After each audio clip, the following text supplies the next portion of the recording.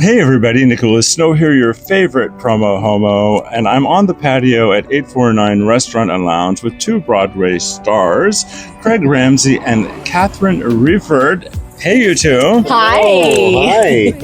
And on this very special edition of PromoHomo.TV's The Snowstorm, you like that? Oh, I love it. Like that. The Snowstorm, we're going to learn about their amazing journey that is now manifesting itself in this amazing, it's more than a cabaret show, but we'll be talking to them about it after this. I got hungry for the stunning high mountain tops. So I made some plans, some dreams to catch, and promised lands to find my path, see the planet from greater heights. I have found a place out of time and space, far from city lights, up on greater heights. See the blue sky, feel the wind that blows, get the rush in, heaven only knows. I'm all alone, still lying far from lonely.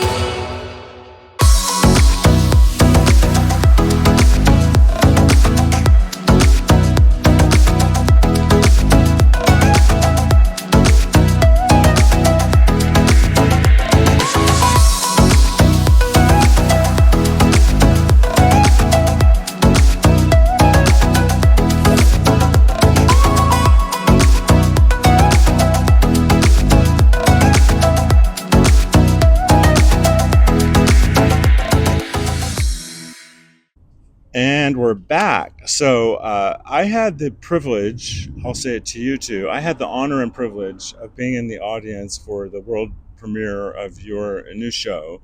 Wow. And I really do feel like for those of us fortunate enough to be there, it was a really sacred experience. And by now, it's called Behind the Curtain, and it basically chronicles their decades of friendship and pursuits in the entertainment industry, but in life. And I'm wondering, now that it's been, 16 hours or so since you wrapped the first presentation, what kind of feedback are you getting? Oh, well, first off, can we just say thank you so much for being there? Yeah. That is really important to us, especially because I have not had the opportunity, even as a local, to really get invested in the theater community here. And Catherine being from Winnipeg, Manitoba. So to have you there and supporting us, we really are grateful. Thank you. Oh, it's my pleasure. And the feedback. The feedback has been so amazing. Like it was either going to really do well or it was going to really be terrible. we had And no we weren't idea. sure what it would be. And everybody's just telling us how it made them switch their perspective on everything, which is amazing. Well, and also beforehand, the few people that we let in on what was in the show, we got critiqued hard, and they kept saying, Yeah. "You can't put that in. You can't put that in." And we're like, "Well, we're putting in our lives, Yeah, like we're this not telling cabaret, a lie. It's just the truth, but and it's an opportunity for us to say our own lines because we have played many characters in our lives, but we've never really played ourselves on stage. So to do that and to boldly go where we were told not to, it paid off, and we're just thrilled that it did because it could have tanked. yes, it Could have tanked. Well, especially the cat story. Don't give it away, Catherine. They have to get the Yes, tickets and- to hear all the details. There is a cat story, and There's a couple of them. And we're not just talking about the Broadway musical Cats. Yeah. And garlic. You'll learn something about garlic. Yeah, you do. So all right, so you may recognize the two of them because they just won last year Amazing Race Canada. 2 years ago. 2 years. Time I know, flies. It's fast. Yeah. I know. Time flies. And you think that that's a huge accomplishment, and it is, but it's kind of pales in comparison to everything else that you both have achieved. And That's very generous of Yeah. you. Thank you. We appreciate that. Yeah, because everybody seems to recognize us from the show, but that's like one little tiny part of our lives that is now recognized, but like all the other stuff, it's like, oh, you did that, and then whatever. You were on Amazing Race. Well, I So think it's also lovely to have that, but Broadway performers and performers in general, I think, are undervalued, especially the pandemic. It broke me and hurt my soul how I think the arts community was the first people to be tossed away, and they're not the necessary elements to move forward, and we are, and politically speaking, we talked about this in the Cabaret last week's devastating results for so many people, especially in our LGBTQ community. We need the arts, and we need something that is a fun escape and that makes us feel empowered during difficult times. And that's the feedback that we're getting. Yeah, that's what we've been experiencing. Like, what a great way to spend my time. I felt like I was part of your show, part of you, and what a great escape it was. And start sharing their own stories. Yeah. Like, be bold, share who you are, regardless of what kind of I don't know, feedback and negative feedback and how you're going to piss off people. It's time to piss off people. Yeah, absolutely. Anyway, you're supposed to be. I'm sorry. We could go on and talk for a whole hour from the one question. So we'll wrap it up there. And curtain. Okay. Well, behind the curtain. He referenced last week, so we're recording this on November 12th, and I'm holding it to broadcast because I want to be able to tell you when their next performances are coming up, which you're going to hear in this broadcast. So the day after the election, one of the things that was trending on Threads was emotional support Canadian. And so We're both Canadians, right? And so I go. posted, I need an emotional support Canadian husband. Well, you Yes. definitely I'm got. not a husband No, material. You that's got okay. friends. No, but it's like it is really traumatic right now. There's so many people that are going through trauma, and I've personally experienced what you may as well call a death in my family, because there are just people in my family I'm not going to be in touch with, at least for the foreseeable future, based upon their celebration of the Orange Monster's victory. Yeah. It's horrifying. Yes, it's horrifying. Our cabaret is about friendship, and I think the timing couldn't be more perfect to embrace your chosen family. Mm-hmm. And that's what we have done for decades. Yeah. And we're certainly promoting that people connect with their friends, that share their values and share what they believe in, and that's how you pick your chosen family. Well, Armstead Maupin refers to it as your logical family. And one of the things I've said is that your true family may overlap with people you share DNA with. Yeah. And it may not. Mm-hmm. And the other really important thing, and I believe that the audience would testify to this, is that your show is very healing. It's healing. How so? Yeah. Well, it helps us remember there's a lot more to life and life experiences. Your deep, intimate sharing of your own helps us to connect with our own journeys.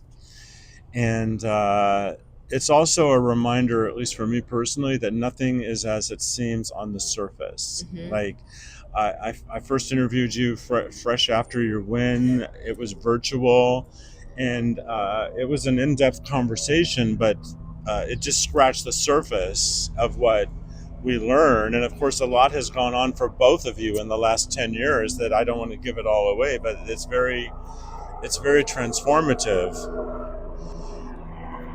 So Trump has sent that helicopter to interrupt us. Right. Trump has sent the helicopter to come find us. It's interesting that you mentioned interviewing us right after the race, because it's not just about the 10 years prior to that. The last 2 years. No, it's the immediate following the race that we share for the first time ever. Yeah. This is behind the curtain, and we wanted to go there. Like, we're very grateful for the win, but there is a lot that comes with that win that we certainly did not expect. No. But you have to come see the show to get all of the behind the curtain on that. Buy your ticket. Was there, did you have anyone film last night? Oh, we did. Yeah. Oh, good. The reason why we wanted to film this very vulnerable premiere, right? Because it really was polished, but by no means ahead of time. Like, we pulled it together, and thank goodness for Revolution Stage Company and their technical elements. They were amazing. But really, we wanted to record it because what people don't know is that Catherine, after 11 years of having stable MRIs, having a terminal brain cancer, recently on September 20th, she had an unstable one. So we want to record as much as we can to follow her courageous journey. And to show my kids. When they can handle it down the road. Yeah, not right now. Definitely not right now. That's not new information for me, by the way. It is for you. So, and it's as disclosed in the show, but as Catherine has disclosed in her media journey, she's been living with this terminal diagnosis, and she was originally given 2 to 6 years. Yep, exactly. And now it's been over 10. 11. 11. Yep. 11 and almost a half. Every day counts. Yeah, every day counts. Yep. So I was not HIV positive in the early 80s. I am now. But at that time, people that learned that they had HIV thought they had a death sentence. Mm-hmm. And many of them are around today to talk about it. Yeah. And how does it feel for you to have lived almost twice as long as the maximum that they gave you at that time? It feels amazing, and I feel like every day is a bonus for me. However, brain cancer doesn't get as much money as you think it should. Like, it's the leading cause of death in children, like a medical death, and it's getting so prevalent in adults. So it needs more money, and I'm doing that by, I'm on the BCC, the Brain Cancer Canada, I'm ambassador for them, and I do all this work with people. We need more money. We need it to be advocated for. Well, not just by me, but by other people too. Yeah. But just by you is making a huge difference, and it is. Yeah. I mean, no one in your situation has won the Amazing Race, Canada. No. and or been so bold and vocal in this cabaret. Like, you are going places that are so vulnerable and sharing something so private for people that they are relating it, like you just did too, with what you've been through, and other people are too, and you're bringing that out in people. Right. And when you're given a terminal illness, it's like there's nothing else to do but share everything that you can, so you remember it, and that you can, like, I want to explain to people why I am. This is the perfect opportunity for you to revisit that line in their show. When you have, say it, please give it to us. When you have a terminal illness, you stop giving a shit. Yep. Yeah. You're proud. You're proud of. Do it, Kat. You're proud of what you've done and whom you've done. Speaking of who they've done, that is also included in the show. And we'll be back in a moment with a little bit of information about that.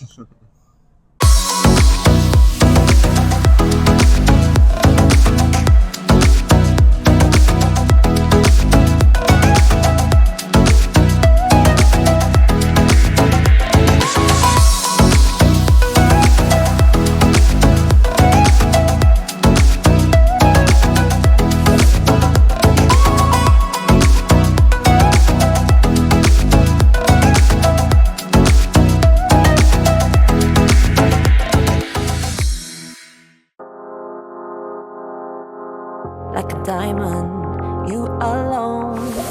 You cut my heart like glass, just like that. Like a lion, uncontrolled. Your mark is on my back, just like that. In it for the big thrill. Yeah, you play games with my mind, always, all of the time. In it for the big win. Yeah, you own all of my mind, always, all of the time, all the time. Collide with me, come home with me.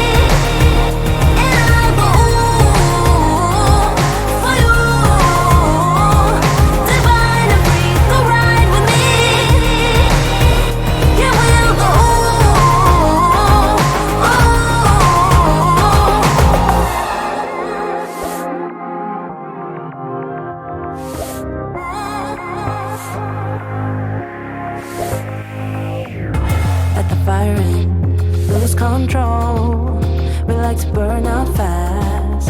We're hot like that, like a diamond. You alone, you cut my heart like that, just like that. Yeah, in it for the big thrill. Yeah, you play games with my mind, always, all of the time. Yeah, in it for the big win. Yeah, you own all of my mind, always, all of the time, all the time. Come on. And we are back. I'm glad you lightened it up. I didn't quite know how, but to keep it serious for a moment, at the end of my public access show throughout the '90s, I would say, action does equal life. Silence does equal death. Express the truth of your life to the people whom you influence. Wow, that's our show. Right? No, exactly. And that's why I thought it was. I know you call it a cabaret, and technically it is, but it's so much more than that. I mean, it's a spiritual journey. It's a creative journey. It's deeper than most Broadway shows, but it has Broadway stars in it. I have to figure out how to describe it. Basically, their show is over the top and undescribable. That's us. Well, yeah, exactly. Well, we dance, we sing, we Listen, we tap dance.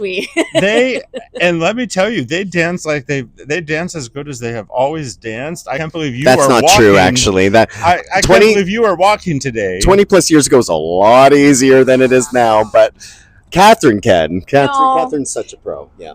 I mean, kind of, Yes. but no, but it's. I'm not as flexible or movability. Flexible, you can't say that. We're both like still contortionists, and for our 40s, Yes. we're doing I know. we're doing very well. Well, You're right. thank you. Thank you. Yeah. Well, speaking of who they've done,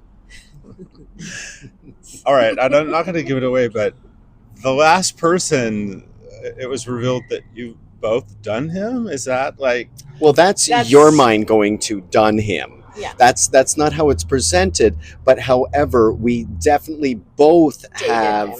Yeah. Yeah, we both dated him. When I left, Dated versus done. well, Right. that's A the only different one that D. we did different D. Yeah, Yeah, that's the only one in there because So- we thought it was. Oh, Listen, Yeah. both our relationships with that gentleman were intimate. Yes. I get it. All Yeah. right. So were all the other ones meant to convey sexual experiences with those people? Oh, still, even the last one Yeah. was sexual but not both parties. I would Just- Oh, say. well, of me. course. Well, Just me. if you're with someone for 3 years, I hope Yes, that it was yes. sexual at some point. I'm not telling But you who. we don't protect the satisfied in Beyond the Curtain, right? Right, exactly. We put it out there because we deserve it at this point. I don't think it's an All right. insult by any No, means. Okay, so there's- I think they should be proud that they were with us. I would agree. Now, We think it was good. Yeah. now, to the best of my knowledge, most of the men that you reveal you've been with are out of the closet. Yeah. All Now, of them. Yeah, all of them, yeah. Are all of them. So there was no outing involved. However, all right, there's a most. I don't want to. I'm not going to give away the name, but there's someone that's probably the most famous of the people that you were with, and he is a singer. Oh, Uh-huh. okay. All right. A couple of them were singers. Yeah. A lot of them were singers. This is the one that would have recently been seen in the news around politics. Come over here. Did he get in trouble? Let me see. No, Okay, let me put the mic away. Okay. Okay, so were you with him? Were you with him before or after he came out? Before. Who? You can whisper. Okay. Yeah. All right, and how was there an opportunity for you two to connect when he couldn't be out and had to protect Good his question. had to There's protect two singers like that. No. We're Oh. let's focus on the Okay. one. Yeah, With my how- ADD, I have to focus on Right. one, Kath. Okay. So how was that safely communicated by him that he wanted to have that experience with you, if that's how it happened, in a way that he felt comfortable with his own privacy and identity, and that he wasn't risking his career to be with you?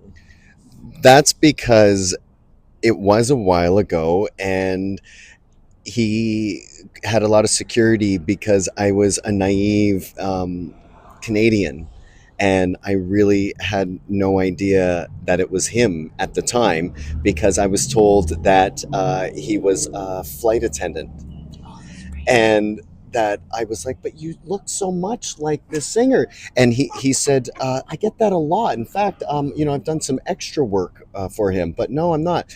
And it wasn't until years later that I pieced it together after sharing that story, because I was quite proud of that experience. It was good. Let me tell you, it was really good. So it came up. That doesn't surprise me, looking at both of you. So It came up in conversation, and that friend of mine was like, what were the dates, what was the time? And sure enough, it was perfectly matched with a pre-world tour.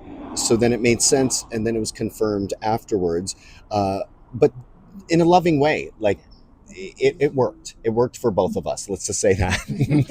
it worked for both of them.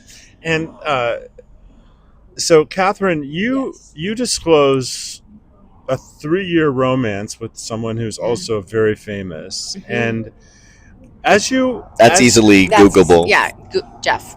Jeff Goldblum, and one of the things that you reveal in the show, and I don't think this is giving too much away, is that you're not proud of the way you conducted yourself in your 3-year relationship with him, and you later learned it was because you had a brain tumor, and so you really weren't yourself.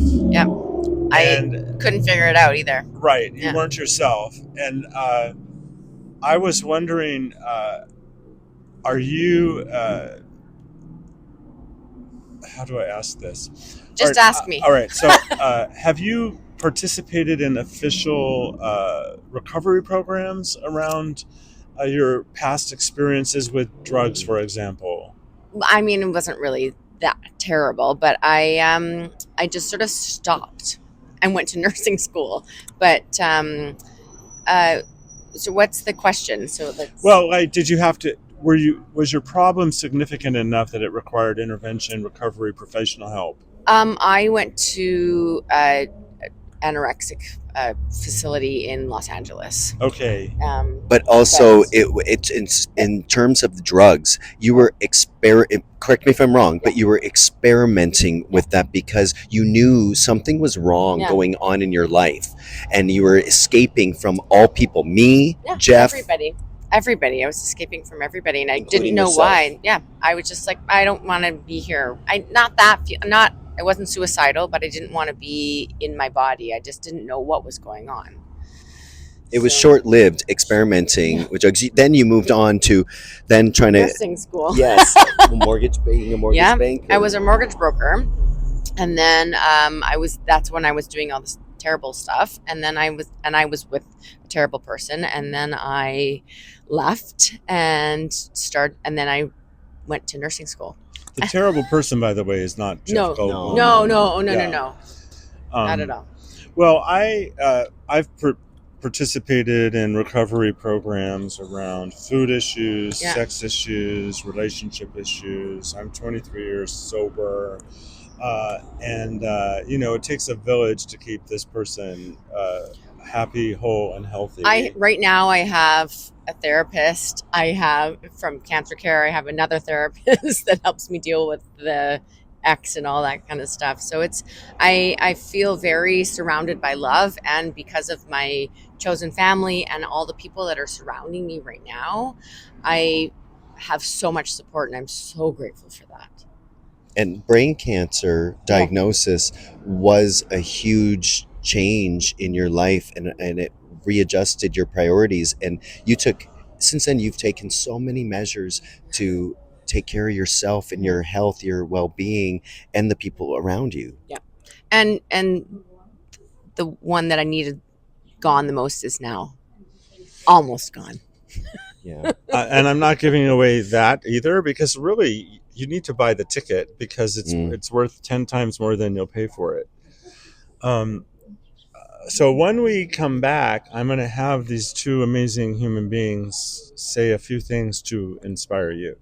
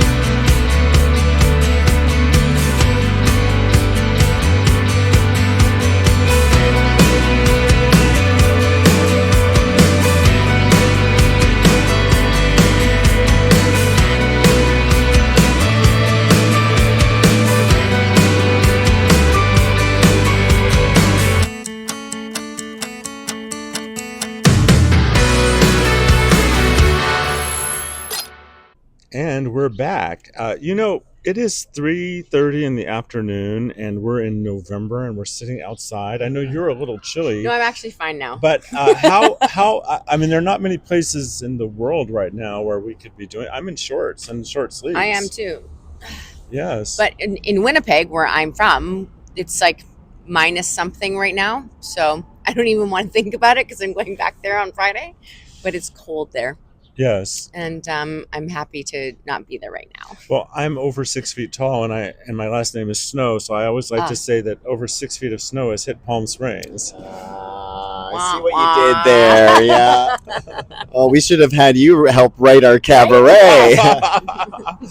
All right. So I told the audience that I wanted you to inspire them. Now, the reason that I've lived the life I lived is because people in the early 80s taught me that the most important thing I had was my own voice and my own truth, and the importance of expressing it. And so that's what forged my activism and changed my future forever, because I just got it that this is life and it must be lived and every moment must count. Yeah.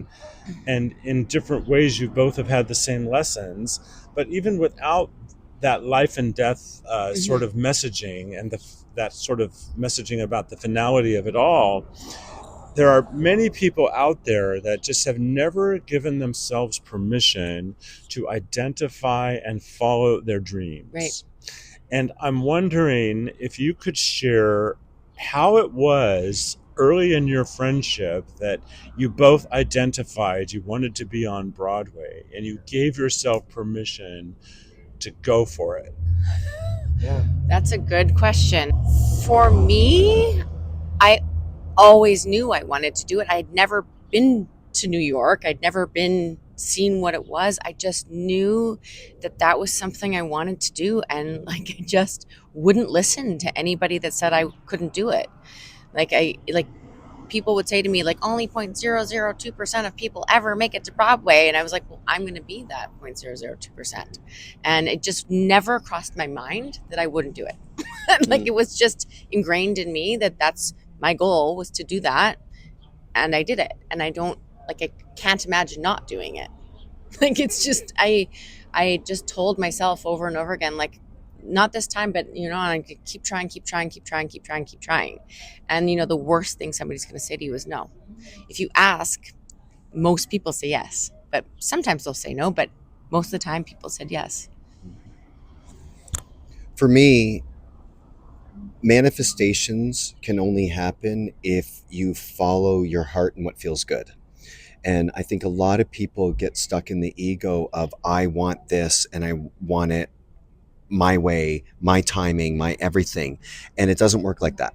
And when you hear and see our cabaret, we embrace the hardships. And one thing I learned over the years, and I will call myself mature, at this point, somewhat. I was going to say maybe. But moving to Palm Springs has really improved my life. And why? Because it allows me, and I give myself the permission to slow down and embrace the downtime and take downtime. and then I can follow what feels good. And I think that's something Catherine and I have always done. The shows that we were attracted to, we fit right, but there's so many no's in between those yeses. But tons of no's. But we didn't get wrapped up in those. Like, we have to breathe, move on, and know the universe aligned what is right for us. And moving on from that allows that beauty and appropriateness to come in. Like, when he didn't get a show, I'd be like, oh, I feel sorry for them because they're going to be lost without you in the show, right? So we have to, like, we push each other up. We tell each other how amazing each other are, and I think you need somebody in your life that can do that for you too. Just and process your hard feelings. Yeah. Like, I went through it. Like, I cried almost after every audition, but I emoted and let it out. Like, even with the election results, I had to let myself experience what that feels like. And I think that's the release that we do that allows us to then get up on stage and then share what our deep stories are. Yeah, I mean, some of them were really profound, I want to say. Not profound, but really intimate, like super intimate. And to me, I wasn't nervous about sharing them because I had this guy right beside me, and I knew that there was nothing I could say that would shock anybody except for the people in the audience, but I didn't care because I had him right beside me. And our friendship hasn't always been easy, like life. Yeah. There was a period where maybe he'll be in the second Cabaret, but we didn't talk for years. So like three years we barely spoke. Well, I had brain cancer. Yeah, because I guess without knowing that it was brain cancer, there just came a point where Catherine couldn't be around me anymore because I wasn't enabling some of the decisions she was making. Wow. I still think that Cabaret is an understatement. Well, what would you call it? I'm trying to think of a word. No, it's totally off Broadway. Well, manifestations. No, it is just really all right. So, the stereotypical view of musical is happy, fun, feel good, leave. Not every musical. No. I'm just talking about people's stereotypical idea of a musical is light and fluffy, and when people think about Cabaret, they're thinking about predominantly music, I think, and your production is like it's part drama, it's part theater, it's part music, it's part Broadway, but it's overarching. It's all about life. That's what we are. Like, we are all those things and life. All those things and life. Is there anything either one of you would like to add about anything that we haven't spoken about?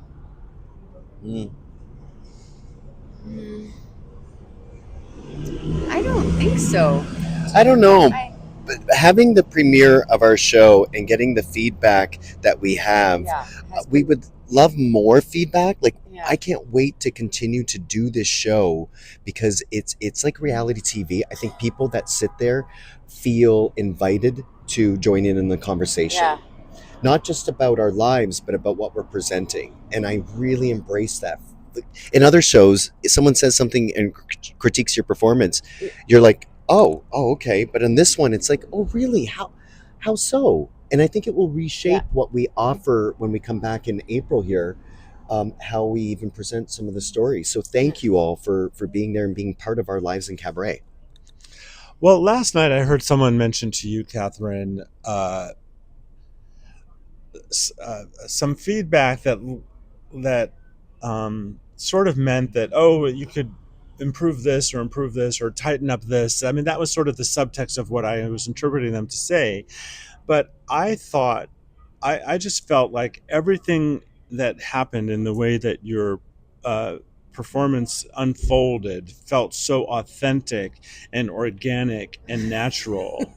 And I loved it, that it wasn't perfect, and that you felt like you were watching something that was living and breathing. Because it was. It was. Okay, then. So, but also, what I think is wonderful about people saying that is they feel it's at a point, and it was the premiere. Like we barely had a tech We didn't run have a tech run. because of our fault, not because of Revolution no. Stage Company, but with that in mind, that people think that it's polished enough at this point to actually add their 2 cents.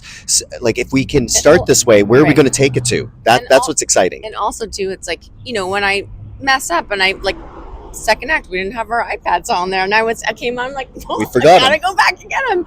And it was like, and I just read it on as I was coming in, and like that's this. Normally people would like panic, but I was like, oh, it's not there. I better go get it. So it's more like having the permission of the audience to do that. I felt as though that was fine for me to do. And when I messed up in the beginning, I was like, it's the second my iPad's not really in the right place. They're all friends. I mean, literally, Yeah. they probably were all friends last night. But in the future, I think that we consider an audience of this nature As for a cabaret friends. as friends. Yeah. So we go In the in there living with room. that energy, right? We really want to invite people into our lives, and that's what our purpose of doing this show is.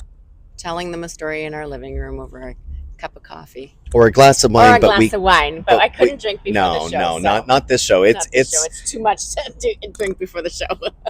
this is a very Yeah. detailed show. Yeah, got to do a couple And pirouettes. bless Robert Ollis, our musical Oh my director and gosh. producer. Can you imagine what he had to endure with us? Tell them about the New York. Oh, just massive changes along the way. Like, can you develop you this whole add, song? like, Actually, let's cut that and only have 2 lines from that song. But can we add Fiddler, 3 other shows and into then, that one yeah. number?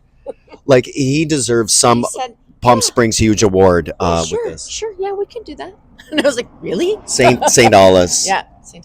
Well, I'm just really honored that I was able to be in your opening night, and that you took time out of your busy schedules to sit down with me. It's just Anytime. Thank you. Anytime. that's why I do what I do, to amplify the stories of beautiful people like you. Oh, thank you for that. And I want to thank all of you for watching. Now, how do people find and follow each of you? I'm pretty much Catherine Wreford on anything. That's Wreford. I know it's a really hard name to spell, but if you figure out how to spell it, you'll find me. Wreford. Wreford. I'm a dangerous Google search, I think. So am I. Don't Just Google go- search me. Just just- add me. Well, on stuff. if you Google it, you'll find a lot of fun stuff. But then, my social handles, Craig Ramsay Fit, I think on most outlets. Yeah. And find us in hopefully your city with our touring cabaret. And as usual, I'm at PromoHomo.TV. Thank you for watching, and thanks again. Thank you. Love you. Love you too.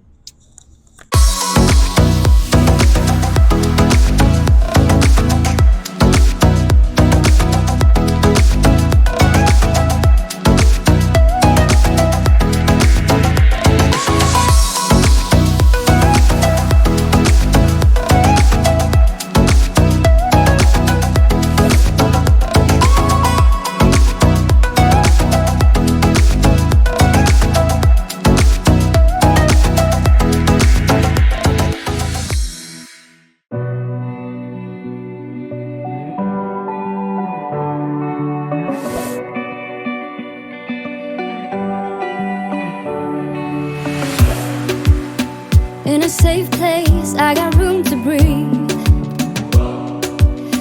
Been a long chase, but at last I'm free.